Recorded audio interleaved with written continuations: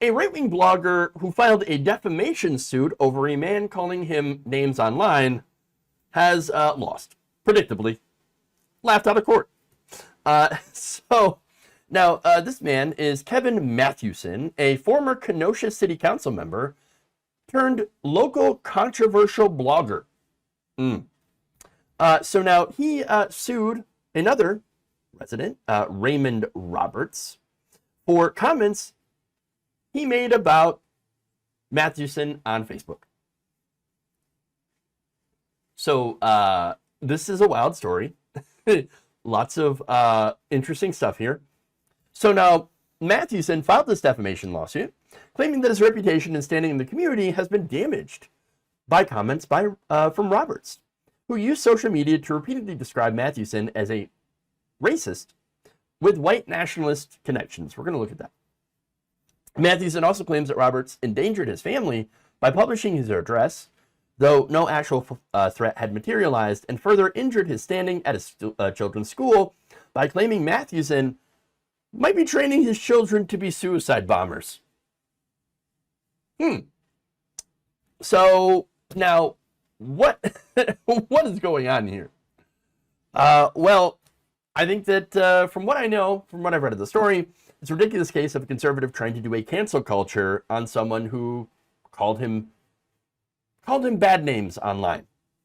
Wait, I thought you cared about free speech. I thought you were okay with people giving their opinions. Oh, wait, no, it's only you guys that are, interested in giving your oftentimes hateful opinions. Okay, so now Mathewson, and they call the left snowflakes, by the way. Mathewson, let's look at those, alleged white nationalist ties.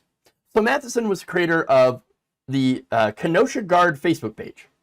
So now Kenosha Guard actually had put out a call for armed citizens to respond to Kenosha following the civil unrest in August 2020 over the shooting of Jacob Blake by Officer Rustin Chesky.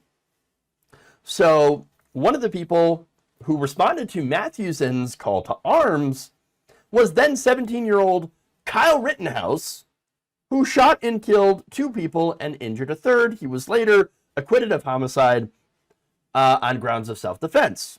So he put out the call, and Kyle Rittenhouse answered it. Hoo boy. But he's not the only one who showed up, of course. You also had the Boogaloo Boys. They responded to Mathewson's call to arms, and this is according to an email between the Department of Homeland Security and local law enforcement. Following that little ruckus, where, again, we know what happened with Rittenhouse, and, well, he kind of, Mathewson allegedly rode that fame, and decided to become a quote-unquote citizen journalist. So now he began the Kenosha County Eye, where he does reporting as a, again, quote-unquote, citizen journalist. Mathewson has been described as divisive in articles submitted to the court for evidence in this case. So I read some of those articles, I looked through, and basically there's a lot of focus on crime. Big surprise on that one. But he also talks about how woke is bad. So, as usual, the wokers. Woke. Yeah. So, now, that's it. Mathewson and Roberts, the person that Mathewson is suing, have not gotten along. So there's a bit of a history there, okay? So Mathewson had actually written a bunch of articles about Roberts and then packaged them up and mailed them to Roberts' boss, leading to Roberts being approached and, basically sent to HR at his job to talk about this unhinged person sending all these very negative articles. Now, there's more. Roberts testified that on another occasion, Mathewson had sent him an email, which Roberts responded to. Mathewson responded to that response by sending the police to Roberts' house. Wow. In fact, Roberts said the police had been to his house on a number of occasions, due to complaints from Mathewson.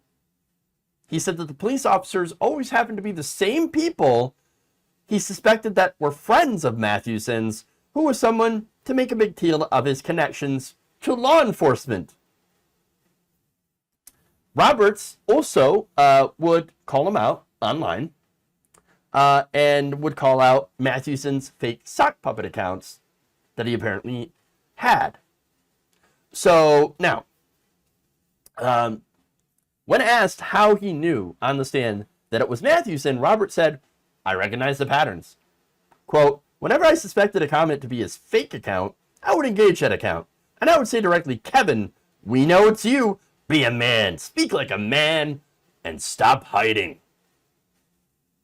Nice. And during his testimony, Mathewson admitted to using fake sock puppet accounts online, because of course he does. Well, he was correct on that one. Now, Roberts also testified that he believed his claims about Mathewson, with whom he had interacted online for years, to be true. And so, as such, when it comes to defamation, that does not rise to the level of defamation, and the jury happened to agree. So, defamation, we know, talked about it before plenty on the show, it's got a high bar. It needs to be, there needs to be a high bar on what is defamation, or else you have a chilling effect on free speech. So now one of those things is that you have to know that what you're saying is false. In order to do a defamation, you have to know that what you're saying is not true. It also has to be communicated in writing to a third person. It tends to harm the reputation of another person as to lower the individual in the estimation of the community or deter others from associating or dealing with that person. So now on that, the last part is the best. Turns out Mathewson in the community doesn't exactly have a good name in the community. Correspondence submitted as evidence showed that he had a track record of insulting people. In one case, he was quoted as saying to the recipient, quote, "I know you're a dirtbag. I love to sue people for fun, and it would give me great pleasure to sue you." Oh, I love to sue people for fun. Yeah, I mean, that's a true statement, I guess. There it is. There it is. Well, that certainly did not help your case. I think we can chalk that up one to a... Whoopsie. Yeah. Whoops. Now, he also alleged, without evidence, that the teachers had the head of the teachers union committed voter fraud. Yes, voter fraud. In another instance, Mathewson responded to the district's mask policy with an email in which he called the school board idiots. So, yeah, I can see how he's not exactly an enduring, endearing person. He's not endeared himself to members of the pillars of the community. Okay? No wonder they don't like you. No wonder your reputation is, it can't really be damaged because it wasn't that great to begin with. In my opinion, at least. Look, I think it's pretty funny that this person is a snowflake and would sue over someone calling him a racist online. Based on the things that he said, that, by the way, he believes. Because, again, you read some of his posts, they're a little racist. But at the end of the day, it just shows you that the people who most love to dish out criticism never seem to be able to take said criticism.